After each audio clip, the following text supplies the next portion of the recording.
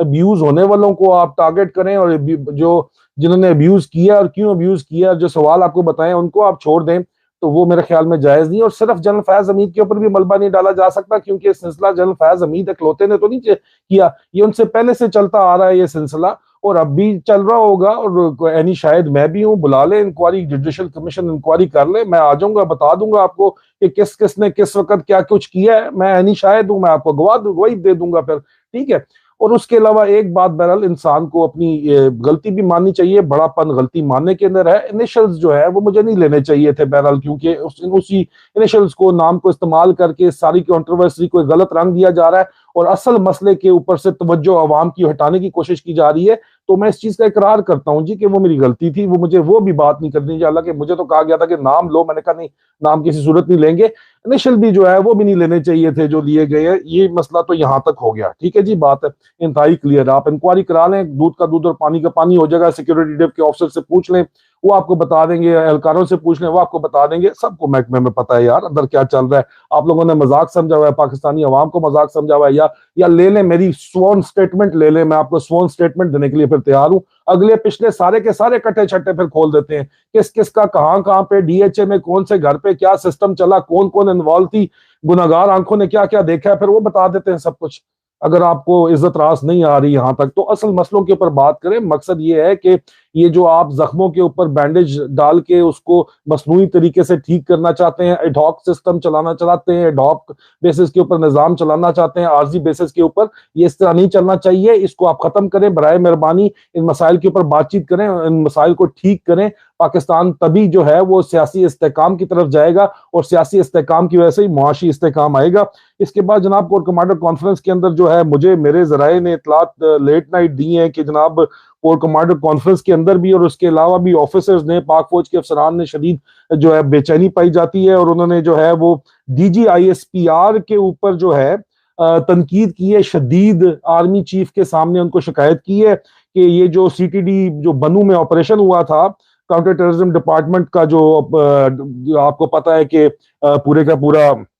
وہ کمپاؤنڈ لے لیا گیا تھا قبضے کے اندر، اس آپریشن کے سلسلے کے اندر جہاں پہ ہاسٹیج سچویشن بہت بڑی چلی تھی، میں نے ویسے وی لاگ اس کے اندر کیا تھا، لیکن اس کے اندر جو ہے یہ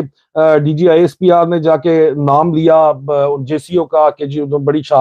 بہادری کے ساتھ وہ لڑے اور ان کو شہید ہو گئے۔ تو اس کے اوپر تنقید کی گئی ہے کہ D G I S P R کو یہ کہنے کی ضرورت نہیں تھی، کیونکہ وہ تو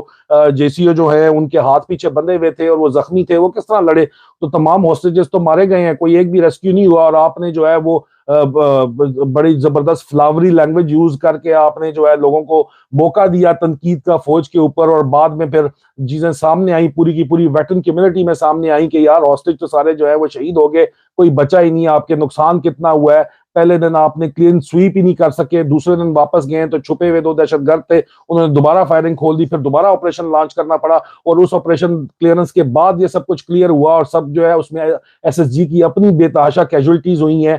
جن کا نام لیا گیا ہے، بعد کے اندر وہ چیزیں کھل کے سامنے آئی ہیں۔ اور پہلے دن آپ نے جو ہے فتح کا جھنڈا گاڑنے کے لیے D G I S P R نے اعلان کر دیا میڈیا کے اندر جا کے، تو اس پہ شدید تنقید کی گئی ہے جنرل عاصم منیر کے اوپر کہ انہوں نے کیوں D G I S P R جو ہے وہ ای ایم ای کا لگایا ہے۔ تو کلاسکلی یہ آپ کو نظر آتا ہے کہ دوبارہ fighting arm versus technical arm یا O T S versus P M A rivalry آپ کو یہاں پہ ہوتی ہوئی نظر آتی ہے۔ تو یہ جو ہے بہت بڑا ایک ایشو جو ہے وہ بنایا ہوا ہے اس وقت۔ حالانکہ چیف آف جنرل سٹاف نے چیف آف آرمی سٹاف کو ڈیفینڈ کرنے کی کوشش تو کی، لیکن باقی کور کمانڈرز جو ہیں وہ اس کے اوپر